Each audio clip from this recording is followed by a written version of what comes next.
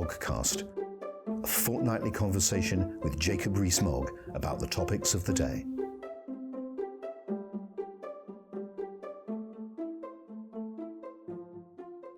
Welcome to another edition of the Moggcast.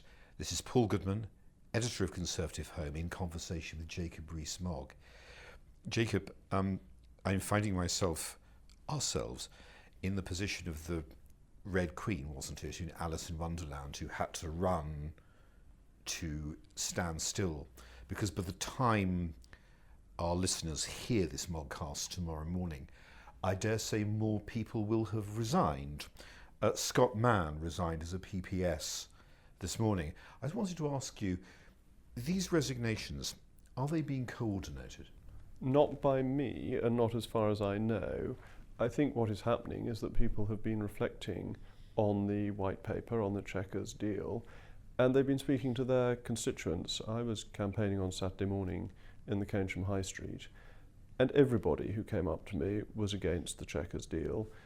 Some of them were against leaving the European Union altogether, two of them actually, and everyone else felt that it wasn't delivering what had been voted for, even if they had voted Remain in the referendum. Maybe come back to that in a minute. I just wanted to stick with the resignations for a moment. Not coordinated by you, and as far as you know, not coordinated at all, but they are coming out at a remarkably steady and spaced rate. Yes, indeed, but they're not coordinated by me, and nobody said that he or she is coordinating them to me. So if they are coordinated, I don't know who is doing it. On the customs bill amendments, which again will have been tabled and debated and voted on by the time our listeners hear this Moggcast, could you just give a description, because people will be listening to this tomorrow morning and catching up with the news. Could you explain what you're trying to do today? Yes. Well, the four amendments to some extent help government policy. Two of them are completely in line with government policy. That is to say, the one that says that Northern Ireland mustn't be in a different customs union from the rest of Great Britain, that it must be part of a single United Kingdom whole. That is government policy, and it's just a suggestion that this should be in clear legislation rather than a government promise. The next one that is government policy is on VAT, and the VAT arrangements with the European Union are very particular, and that should not be replicated once we've left. That again is government policy. The third is not strictly government policy, but is in line with what the government has done before in terms of Henry VIII clauses, so that should the government wish to remain in a customs union, it would have to legislate for it with primary legislation, a new Act of Parliament, rather than using secondary means. The fourth is not government policy, but probably ought to be. It's a demand for reciprocity. So it says, if we're collecting the EU's taxes, then EU member states must collect our taxes when goods enter the European Union. And the reason for that is it'll be very difficult to run an independent trade policy if any goods that come to us via the EU, with a lot of goods coming into us via the Low Countries particularly, would be subject to an EU tax and not a UK tax. It would make it very difficult to apply anti-dumping duties should we wish to do that. And so this is to ask that what's good for the sauce for the goose is sauce for the gander. Would you have tabled these amendments were it not for the white paper? The white paper has been very significant in the decision to table amendments, because the real difficulty with Chequers and the white paper is not so much the policy, though I don't think the policy is a good policy, but that it's moved so far away from what we were told would happen before. And it's the issue of, isn't it better to have things in legislation rather than simply rely on earlier speeches and so on, because things have changed so much. As you said a moment ago, that these amendments are either in line with government policy or the government could adopt them. But just to be clear, it doesn't sound to me as though you would have tabled them were it not for the white paper. You're seeking a degree of surety that you weren't seeking before. That is correct. And let's therefore discuss the white paper and the reaction to it. Can I just pick you up on something you said? Because I've just seen your colleague Paul Masterton has tweeted that his association membership over the weekend has gone up.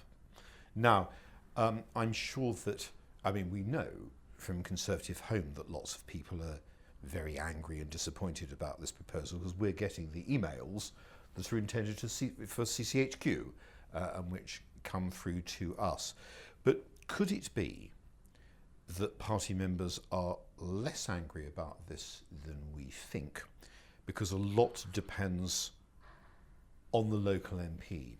So if the local MP is strongly opposed to the proposals and the background to them, he or she tends to pick up the noise of opposition. Whereas, and I've spoken to one or two who support the government wholeheartedly and support the white paper, they claim they've had very little knocking on their door at all. There is always, in any anecdotal evidence, a confirmation of one's bias to some extent, because people are, on balance, more likely to come up to you and say, I agree with you completely, than not.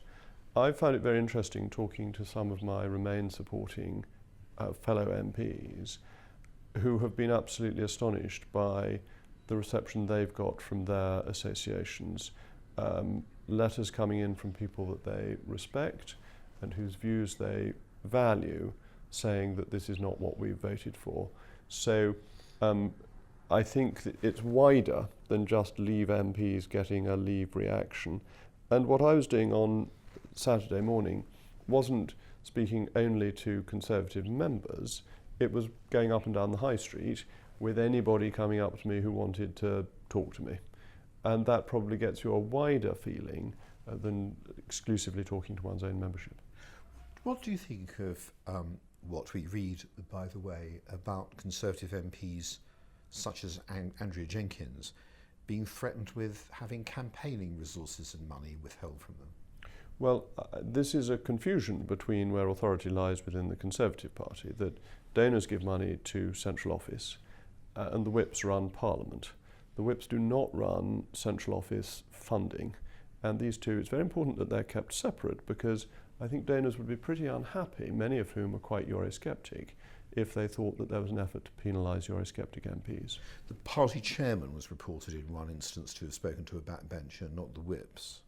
I'd seen it as coming from the whips. I think the party chairman is ill-advised to do that, because many of the donors are backers of leaving the European Union, and I think any MP threatened with that would find that they would get more than enough from direct contributions. I don't think it's a proper threat to make, and I don't think it's an effective threat to make. I'm going to move to this question now. It was among the ones I'd planned to ask last, but we seem to be here anyway. Could the Conservative Party split? I think this is up to the Prime Minister. You see, I think the Prime Minister had a united party on the Mansion House speech, and she then said on the MAR programme that, well, the EU wouldn't accept it, and therefore I couldn't do that. Whereas it actually then looks as if she's been planning this common, for which read European rule, but for quite a long time. And that is where the split comes. She had a united party in March on the basis of the Mansion House, and then has then decided to give in to the EU. And this is very unfortunate, and it would be very, very damaging for the Conservative Party if this unsatisfactory deal were pushed through against the wishes not just of Leave supporting MPs, but also of Leave supporting members and Leave supporting voters on the back of Labour Party votes. What you're saying in short is that she, the Prime Minister, could, if she mishandles this, split the Conservative Party. Yes, I think that's right. I've kept on saying this. This is not a new thing for me to say. The Prime Minister has a choice. She can either do a U-turn and go back to the Mansion House settlement, or she can get it through potentially on Labour Party votes, which is very divisive, splittist. In the event of this split, she would be, and the parallel is in some degrees misleading, but it may be useful, she'd be in the position of the Peelites in the 1840s, wouldn't she? She'd own, or I presume the leadership would own the party, the resources, the name, the money, the constitution. you'd have to go off elsewhere, wouldn't you? No, that's clearly not right, and it's not what happened in the 1840s, is it? Isn't it? No. The Peelites continued being Peelites. The protectionists had to go off and... No, they remained the Conservative Party. And Peel remained within the Conservative Party. He didn't leave the Conservative Party. But some of the others did. So Gladstone did eventually go over to the After Liberals. quite a long time. After quite a time. But you have a period of confusion, essentially. And you have blocks in Parliament with no one overall party getting a clear majority, and that getting governments that are supported by the Whigs and the Peelites and so on. So it's not as simple as one side owns the party. Everybody, to some extent, remains within the party. In that period, if I remember rightly, the one constant was the protectionists and the Peelites would not work together after the split. Yes, they wouldn't. That's right. They wouldn't work together. There are periodic efforts to try and bring them together, and periodic discussions of coalitions. Derby at one point even offers Palmerston a post. So they try and create quite widespread coalitions.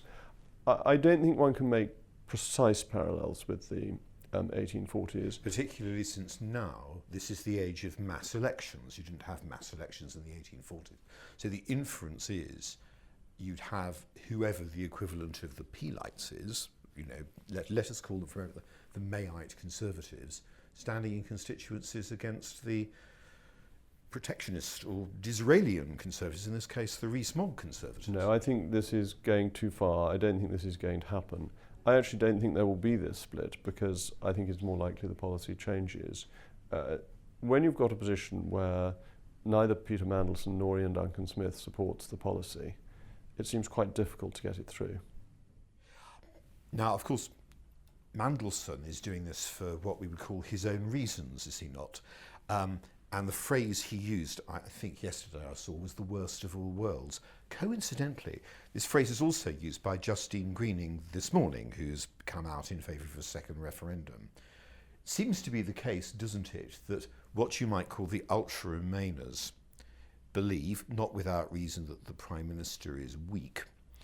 And whereas you see a way to a different form of leave, a purer form of Brexit, you might call it, they draw from the same facts another possibility, namely stopping Brexit altogether. That's what's going on, isn't it? I think stopping democracy altogether would be a better way of putting it, and that will not work. We are a fundamentally democratic country, and so many people who voted Remain, according to opinion polls and people that one meets, even though they would have preferred us to stay in the European Union, recognise and feel strongly that a democratic vote should be followed. And so I think this idea that Brexit can be stopped and reversed is a mistake, and is a risky mistake. I think it would cause great discontent in the electorate. You would vote against the white paper proposals were they to represent a deal, would you not? Yes. And if that happened and were the deal to be voted down, what do you think would happen in Parliament then? It depends on the government. The government controls the parliamentary timetable, and the legislation is in place for us to leave without a deal. There is no mechanism for Parliament to introduce legislation and have the time for it unless it is backed by the government. It's possible for Parliament to change standing orders to do this, but that's a very complex process, and the government would have to provide time for that anyway, and it would require a lot of contingent votes, which don't normally happen with without a programme motion, which can only be provided by the government. So the parliamentary formalities mean that a government that wanted, having lost this deal, to proceed with no deal would be able to do so. You're convinced that's the most likely outcome, I think, from talking to you about this over a period of time. Was other people drawing, it may not be an exact parallel, but they would cite the Norway debate, which was, for a debate on the adjournment, and would say, well, if the Commons decides it wants something badly enough, that will happen. So what could happen is not no deal, but the postponement or even the cancellation of Brexit. There's very little evidence that the Commons wants that enough. There are people who don't want to leave, but how many of them really want to kick the electorate in the teeth? I would suggest not enough to make that feasible. And yes, of course, you're right that the government only exists with the confidence of the House of Commons, but I don't think any Conservative MP is going to vote against the government in a vote of confidence. I mean, I suppose we could look ahead and speculate about what would happen if there is a deal, if it's voted down, whether you have no deal or the EEA or the postponement of Brexit. But we've probably explored that enough to give listeners an idea of how complex this is. So let's return to what we know and have in front of us, namely the white paper. I was very interested in what you said about it a few moments ago, that you thought it was bad, but this wasn't your prime objection to it. Your prime objection to it was that the government had effectively conceded a whole mass of ground without really saying so, and without really making it clear why it's done that, and without making it clear when it did it. Yes, I agree with all those points. I think it is peculiar that Dexew was charged with drawing up a white paper. At the same point, without David Davis's knowledge, Downing Street was drawing up a completely separate paper, 120-page paper for the Cabinet. Now, that doesn't happen in a couple of days. There must have been some long-standing aim to get this Common Rule Book idea, and for Common Rule Book read European Union's rule book, idea into play without telling the Cabinet Minister in charge of the negotiations. This is a most unusual approach to Cabinet government. Can I explain the sequence as I understand it, and we can try and work through it together? And I say this in the light of Conservative Home last week having published the whole of Dexew's white paper in 23 instalments, so we've had a chance to have a look at it. In the Mansion House speech back in March, the Prime Minister clearly nailed her colours to the flag of mutual recognition.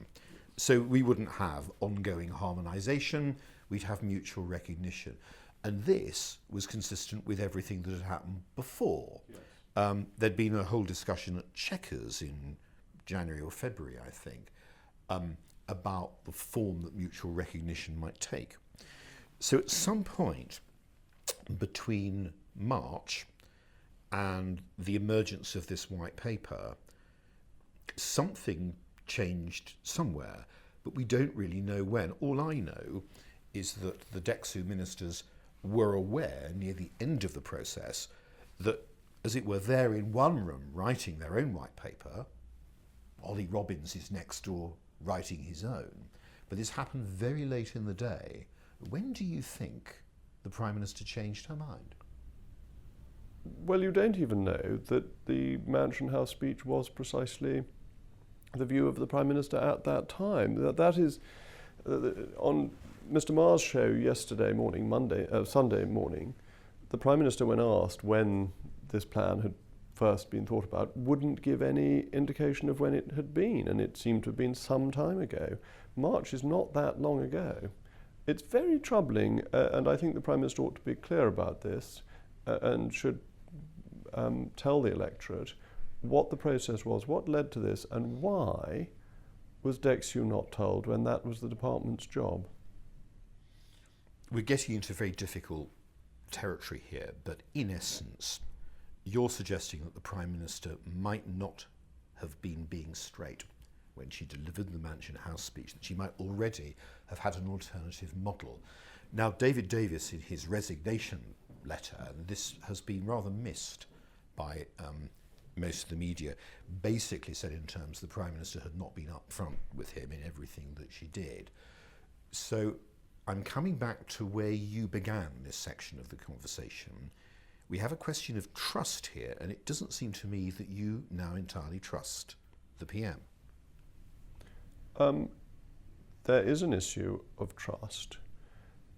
Now, there is, of course, a difference between saying something that is untrue directly and not saying something that, if known, would be useful for people to know. The two are different categories in terms of trust. But there's an old joke in the city that when somebody says to you his word is as good as his bond, take his bond just in case. And that seems to me to be a sensible way to behave, which is why I put down amendments to the legislation. Just thinking aloud here, isn't the Prime Minister entitled, if she so wishes, to have her ministers doing one thing and be drawing up another proposal in private with her advisers? We have cabinet government in this country, and what is done ought to be agreed by the cabinet, ought to represent the policy of the cabinet. Collective responsibility does not mean everybody gets their orders from the Prime Minister. The line about Duke of Wellington's first cabinet, and he comes out afterwards and he says the most difficult thing, I give all this lot their orders and then they want to sit around discussing them. That's not how cabinet government works. It is a collegiate position which everybody then has to defend. The Prime Minister appoints ministers to certain roles. They have the seals of office from the Queen to carry out those roles. The Prime Minister doesn't have the specific authority to carry out those roles. The Prime Minister has a different role, which is to chair the Cabinet, to set overall policy, and to appoint the ministers in the first place. If she doesn't think the minister is doing the right thing, then the Prime Minister should appoint a new minister, not do it behind the minister's back in Downing Street. It's also a question of taxpayers' money. We're all taxpayers, and our money was being spent doing two contradictory things. Half of that money was therefore being wasted. You think it's not a good use of taxpayers' money, in effect, to have what Steve Baker called a Potemkin department? That is a very good way of putting it. And it's not good constitutional practice for the Prime Minister not to have confidence in her own ministers to allow them to get on with the job they're appointed to do. Do you have confidence in the Prime Minister? I have confidence in the Prime Minister and do not seek a vote of no confidence in her. I've not written one of the letters, and I would always support the government in the terms of the Fixed Term Parliament Act. I would always support a Conservative government. Let's just qualify, just in case in 10 years' time we have a socialist government. Digs up it digs this up, quotation. yes. Can we just roll events forward a little again in this way? That we have a sort of pattern of concession in these talks. Downing Street would say, and I think quite rightly, there have been concessions from the EU too, but now we have a very major change of direction from mutual recognition to ongoing harmonisation. This isn't the government's final position, is it? This is merely an opening bid. There were briefings to members of Parliament on behalf of, by the Prime Minister's advisers, and this question was put very directly, is this the final offer? And the answer was no. They don't like to portray it as an opening offer, but it was clear that it was not a final offer, and therefore you would expect that the EU would come back with some demands of its own. Well, you would indeed, because in some ways I think it's unfair to call this a soft Brexit proposal. It's really a bit of this and a bit of that proposal, in the sense that the EU is bound to come back on free movement and say, look, you can't possibly try to have access to one part of the four freedoms without access to all of them. They're bound to come back on services for exactly the same reason, and they're bound to come back on the court. Therefore, it's possible to imagine, isn't it, that the Prime Minister in a few months finds herself saying about the present position what she said on Sunday about mutual recognition. She might find herself saying it wasn't negotiable, in which case further concessions would be proposed. Isn't that the pattern? The regrettable problem became clear in the interview with the Prime Minister with Mr. Marr, when she made that point about how people voted with their heart, and basically her job was to get on, deliver it with her head. And this had come up similar words in the briefing from her advisers. And the problem with that is that it means that the government at its highest level does not believe in Brexit.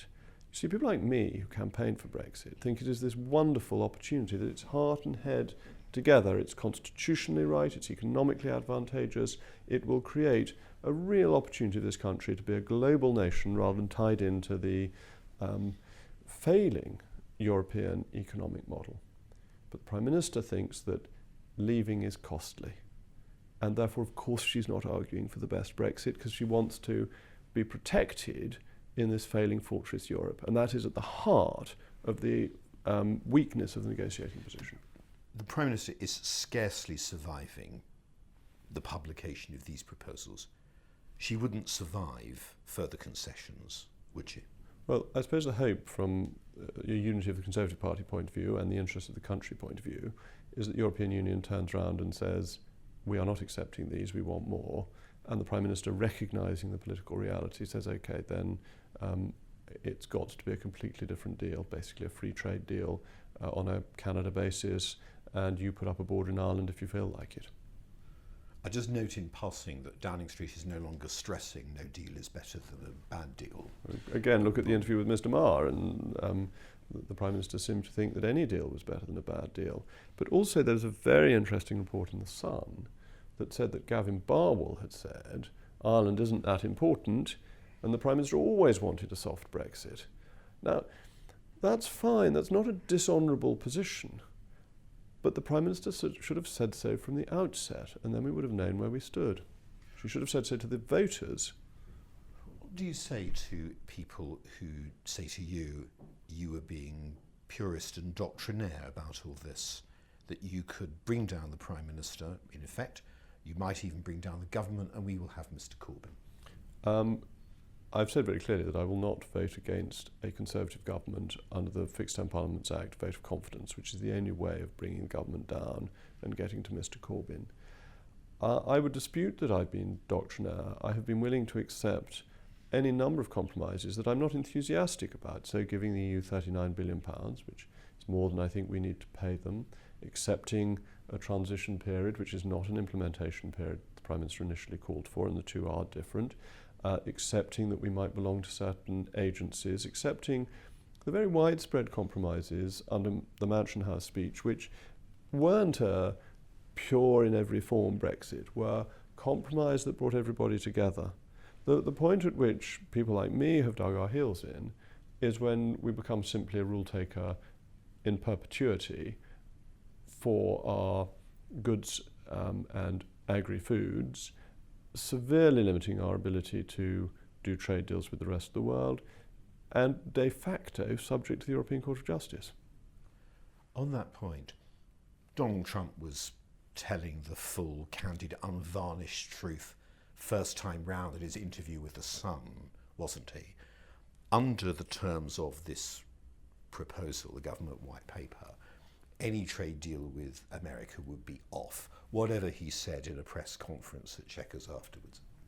What he said in the press conference at Chequers, if you look at it carefully, confirmed what he'd said in the interview with Tom Newton-Dunn at The Sun. He said, you do whatever deal you want, that's up to you. I just want a deal that's good for trade. There was a conditional. So he showed his good manners at Chequers by not being unhelpful directly in front of his hostess, but he didn't actually change his position. Do you think we should sue the EU? I think we should be much tougher in the negotiations, and it's quite tempting, isn't it, to say, look, we've put in whatever it is, £500 billion since membership, and we're not going to give you any money, we'd like some money back instead.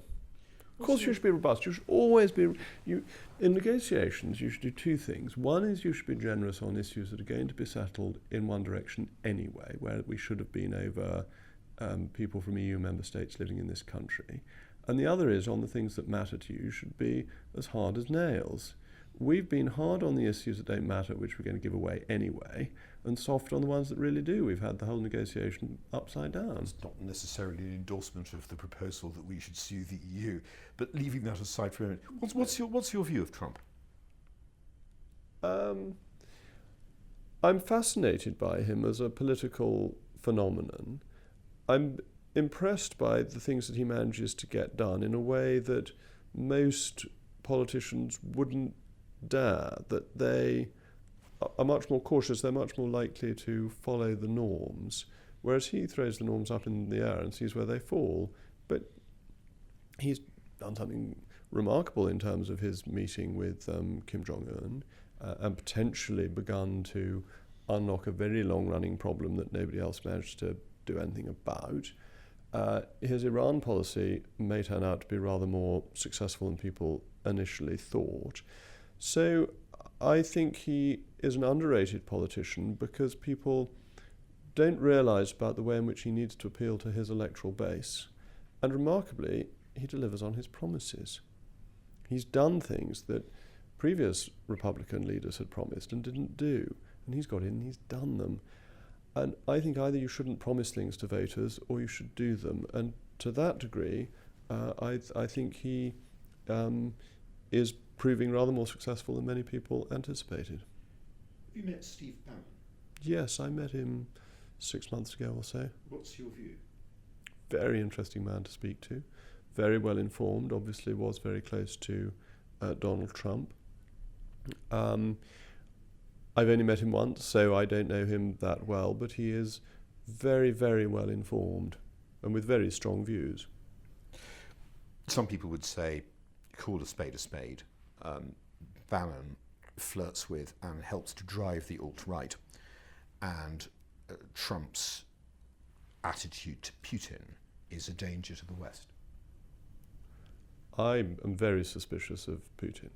I think we should treat Putin extraordinarily carefully, and we should remember that he has invaded countries or participated in invasions of independent sovereign nations, and he's murdered people in the United Kingdom.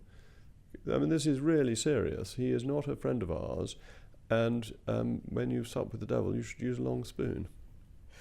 So Trump's attitude to Putin, does it worry you at all? I want to see what happens. I think it's interesting that people have assumed that because there are certain similarities between Trump and Putin in terms of their big personalities that they might get on.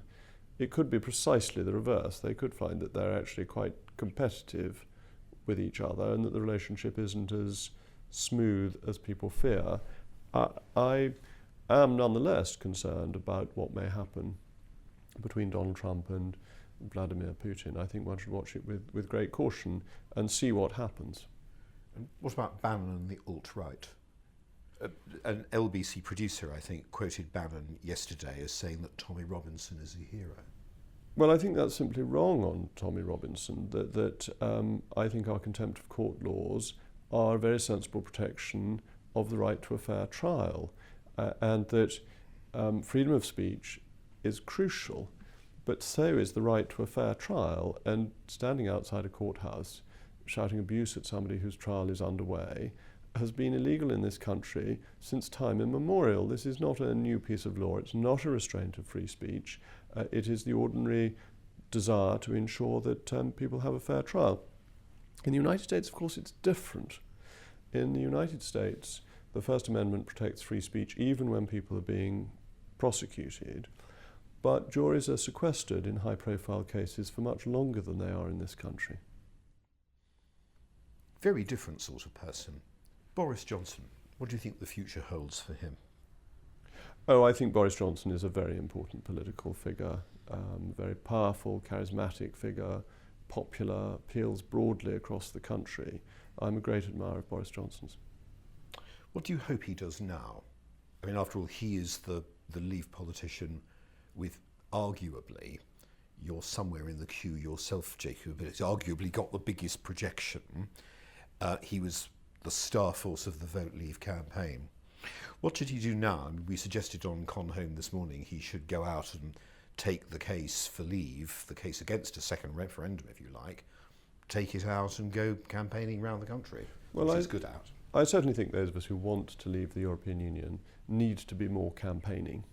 Essentially, we won the referendum and then stopped campaigning, whereas the other side lost the referendum and started campaigning, because they didn't try very hard other than trying to scare us witless during the campaign itself. So I read your piece this morning. I like the reference to Lord George Bentinck, the most interesting figure. To back Disraeli, he sold all his horses, one of which then went on to win the Derby, which he was understandably miffed about because it was his great life's ambition. Anyway, slightly beside the point. He did die.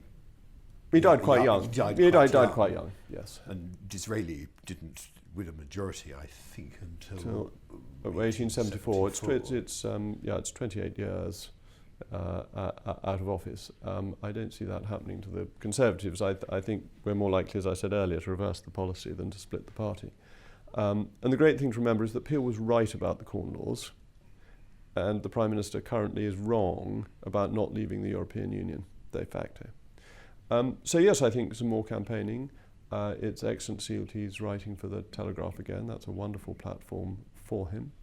And I think he was somebody who will help ensure Brexit is delivered. Well, Jacob, I think we have one more Moggcast before the end of term. Goodness knows what condition we'll find everything in when we have it. It's been a pleasure speaking to you as usual, and... Well, there is one important thing. I have to make a correction from my last podcast. I said the last Pope to be elected from outside the College of Cardinals was Urban IV, and I checked it afterwards. I am sorry to say it was Urban VI. I got my I's and the V's the wrong way around, so can I apologise to listeners to the Moggcast? No one's intervened on you in the Commons to make the point. No, but I haven't had hordes of journalists chasing you to correct the record. Which is surprising.